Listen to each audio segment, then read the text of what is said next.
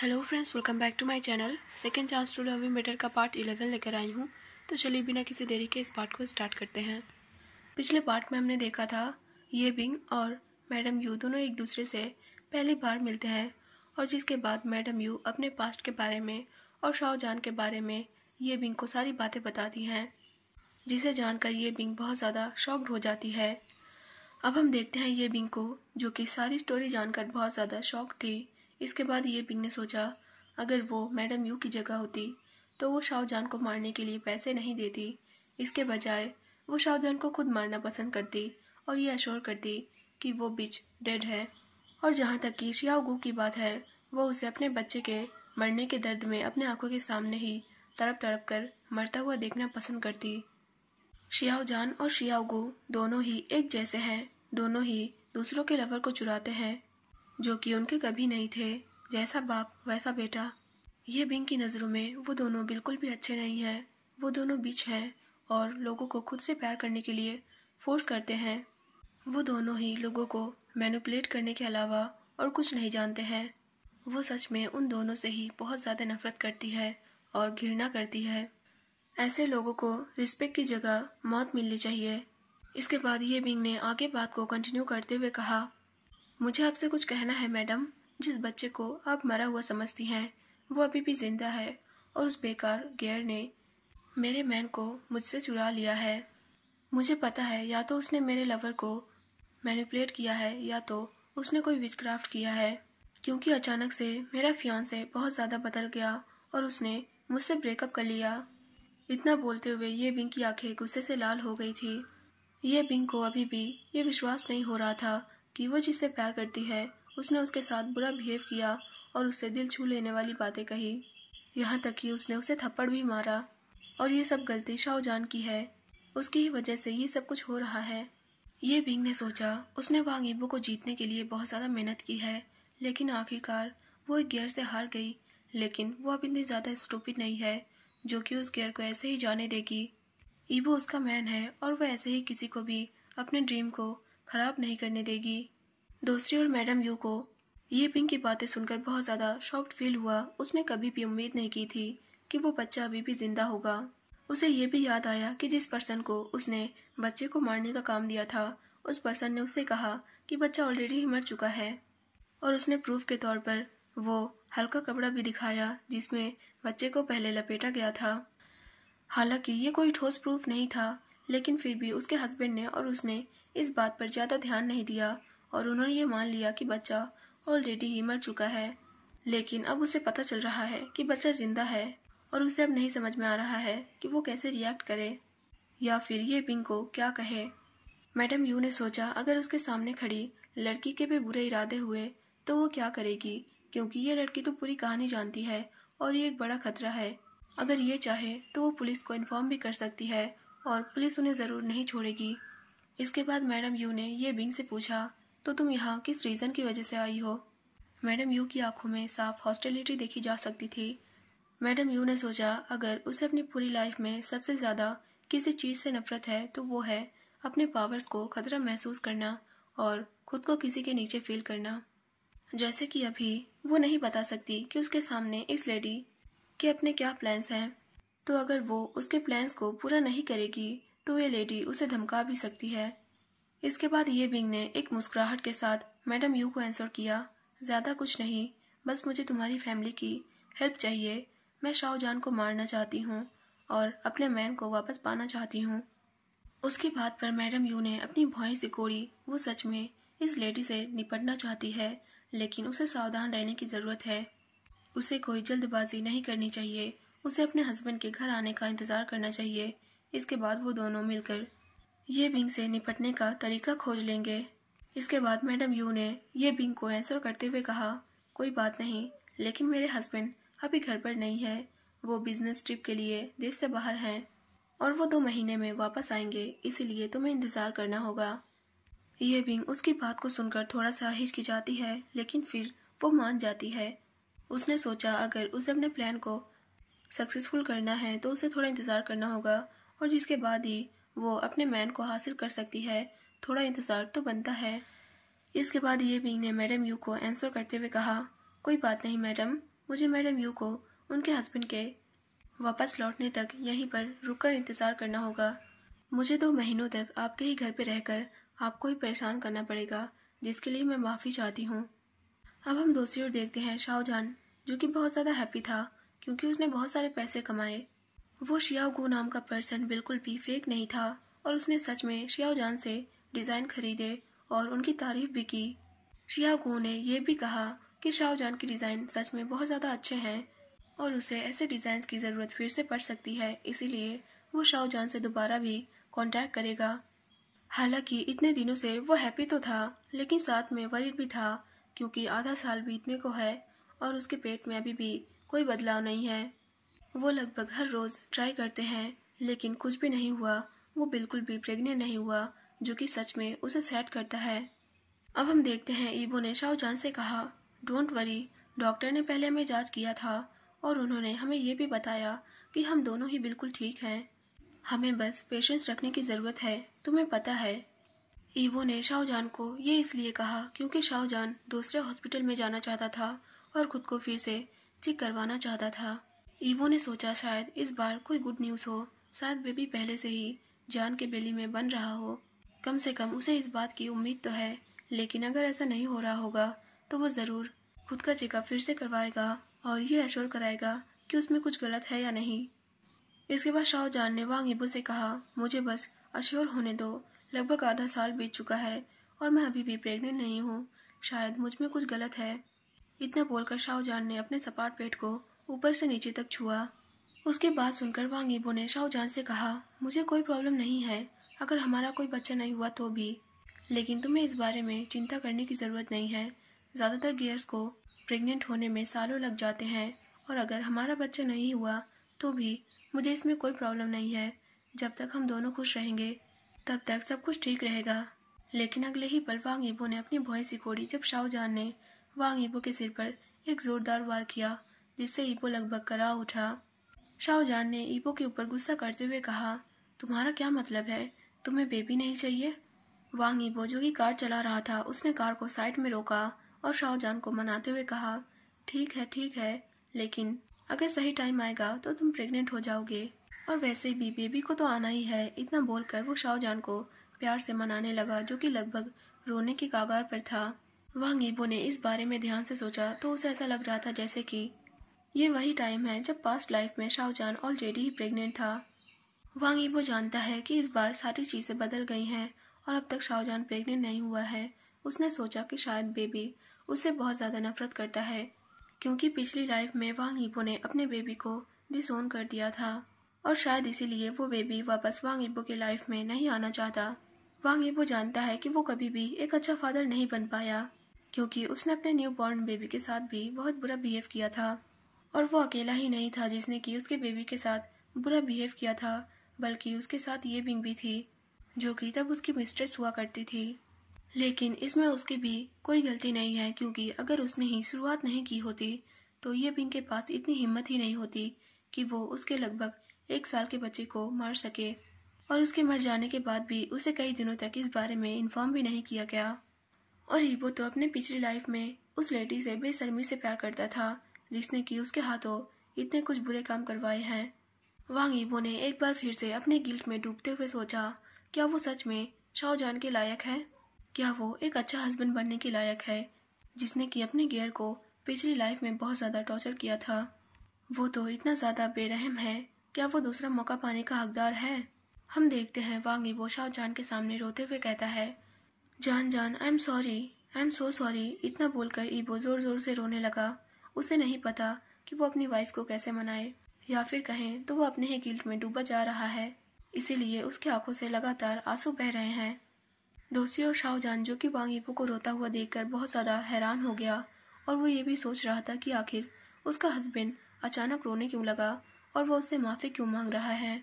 क्या जान ने कुछ ऐसा कह दिया है जिसकी वजह से उसके हस्बैंड को रोना पड़ा और वो अब उससे माफ़ी मांग रहा है?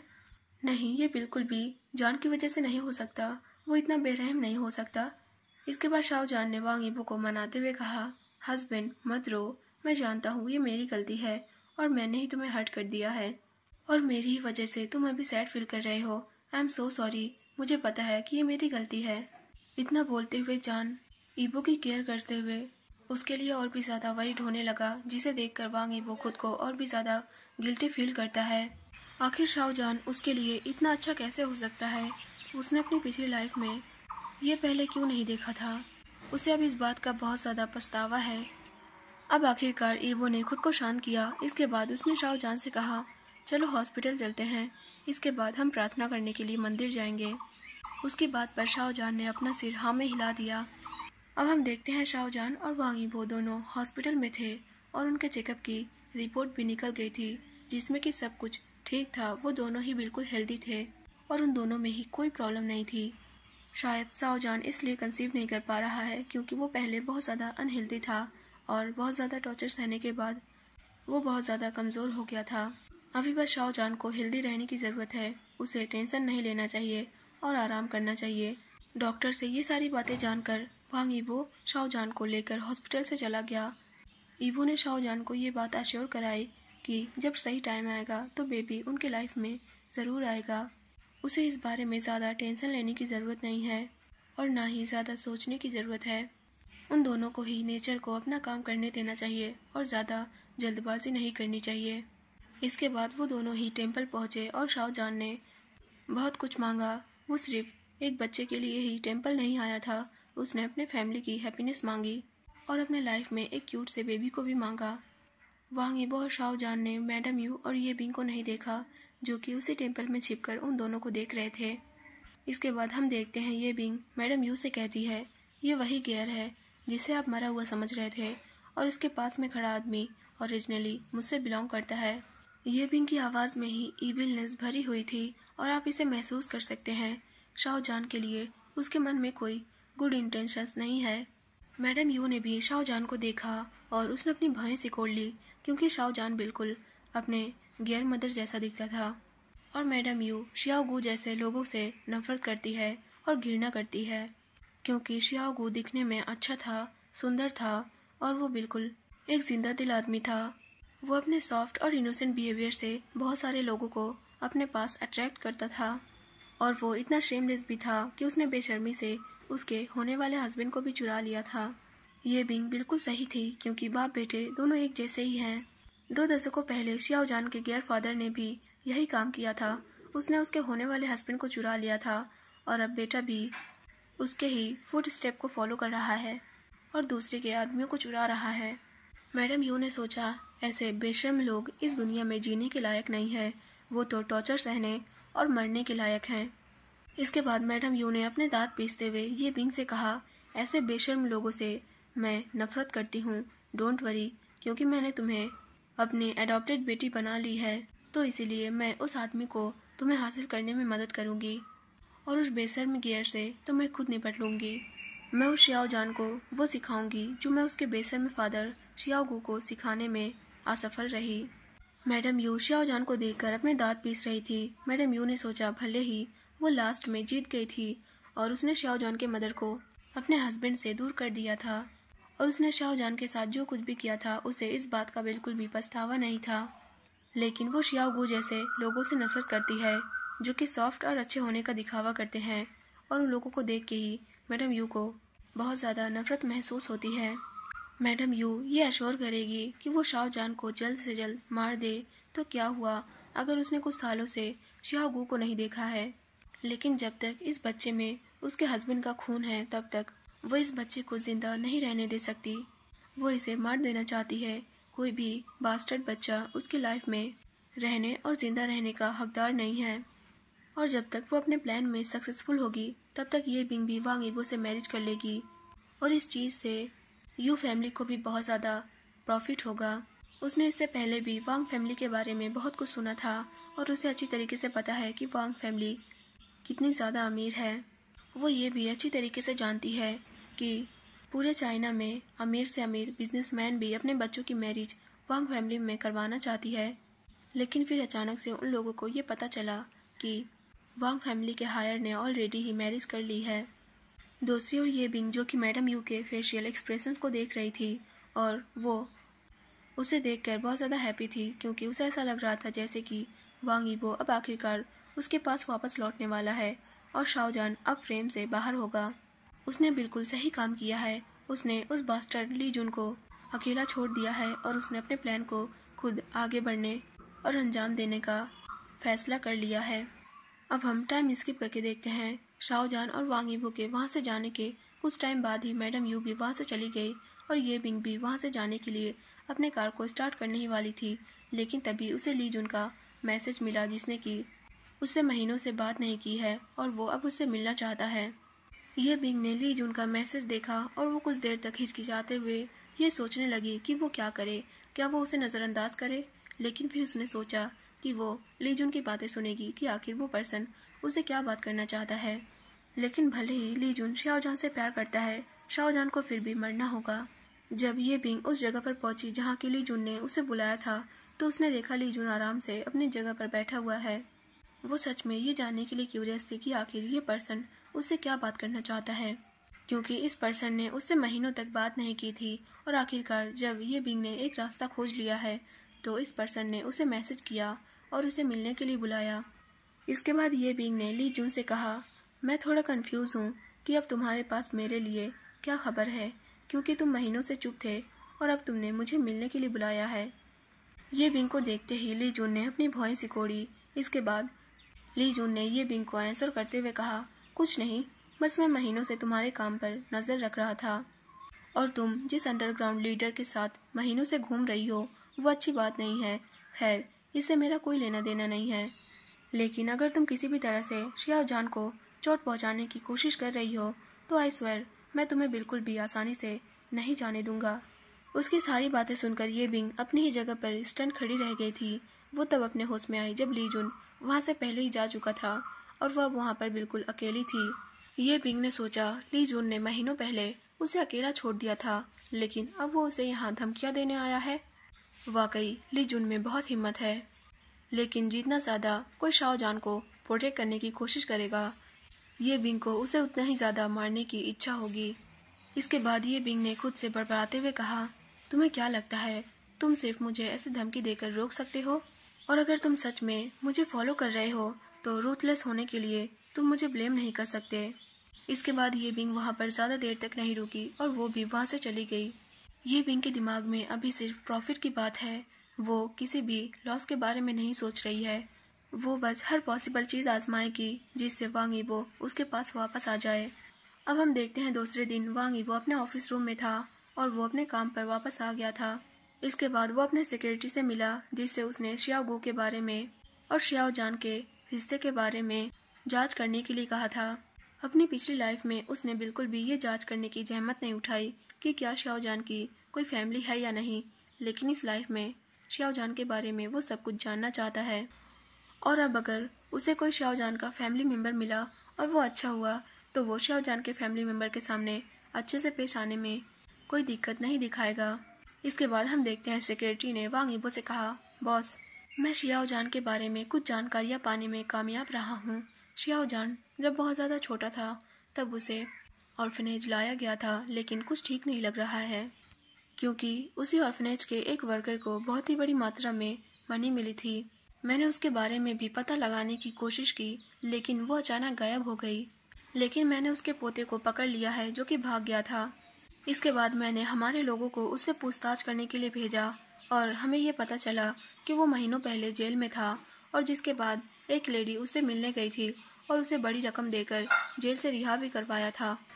लेकिन उसे नहीं पता कि आखिर उस लेडी ने उसे जेल से रिहा क्यों करवाया। लेकिन जिस बात की उसे उम्मीद नहीं थी वो ये थी कि उन्हें पैसा मिलने के बजाय उन लोगों द्वारा परेशान किया गया जिनके पास बंदूकें थी। दुख की बात यह है कि वो बूढ़ी लेडी मर गई है और वो अकेला पर्सन ही बचा है जो कि भागने में कामयाब रहा था।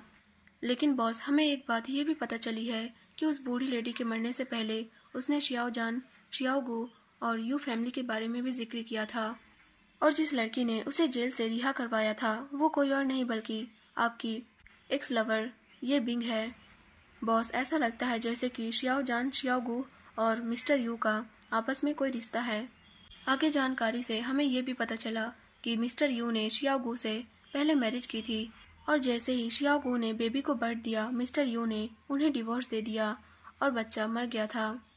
डिवोर्स के कुछ दिनों बाद ही मिस्टर यू ने मिसेस यू से मैरिज कर ली, जो कि सच में बहुत ज़्यादा अजीब लगता है। ईबो के सेक्रेटरी ने ईबो को जो कुछ भी बताया, ईबो ने सारी बातें ध्यान से सुनी। इसके बाद ईबो ने वो फाइल भी रीड की जिसे कि वो सेक्रेटरी लाया था। उस फाइल में सारी चीज़ों के बारे में डिटेल में लिखा हुआ था। इसके बाद वांग ईबो ने सोचा कि उसने सच में उम्मीद नहीं की थी कि ये बिंग हार नहीं मानेगी, बल्कि वो उसके गेयर को नुकसान पहुंचाने के तरीके ढूंढेगी। अब ईबो को सिर्फ ली जून से ही नहीं बल्कि और भी लोगों से केयरफुल रहना होगा, जो कि दिन ब दिन बढ़ते ही जा रहे हैं। इसके बाद ईबो ने अपने सेक्रेटरी को कहा, तुमने अच्छा काम किया है। अब तुम्हें यह भी पता लगाना होगा कि ये बिंग फिलहाल में किसके कांटेक्ट में है, और साथ ही तुम्हें मेरे गियर की सेफ्टी को बढ़ाना होगा और कुछ भरोसेमंद गार्ड्स को हायर करना होगा। ईबो की बात सुनकर सेक्रेटरी ने ठीक है बॉस में अपना आंसर किया। इसके बाद वो वहाँ से चला गया। वांग ईबो, जो कि अब उस ऑफिस रूम में अकेला रह गया था, वो मुस्कुराया। वो सच में ये जानने के लिए क्यूरियस है कि अब ये बिंग उसके साथ क्या खेल खेलने की कोशिश कर रही है, क्योंकि उसे ये बिंग के बारे में जितनी भी जानकारी मिली है, उसे पता चला है कि ये बिंग कुछ खतरनाक लोगों के साथ मिल गई है, जो कि मर्डर जैसे और भी बुरे धंधे करते हैं। अब वांग ईबो ये बिंग के खिलाफ इनफ सबूत जरूर ढूंढेगा ताकि वो ये बिंग को सलाखों के पीछे कर सके। और जब उसे यू फैमिली के बारे में सारी जानकारी अच्छी तरीके से पता चल जाएगी, तो वो यू फैमिली से निपटना भी अश्योर करेगा। तो गाइस, आज के लिए बस इतना ही। आप लोगों को ये पार्ट कैसा लगा कमेंट सेक्शन में ज़रूर बताना, और आप लोगों को क्या लगता है आगे स्टोरी में क्या होने वाला है, ये भी कमेंट में ज़रूर बताना। फिर मिलते हैं इस एफएफ के नेक्स्ट पार्ट में। तब तक के लिए बाय बाय।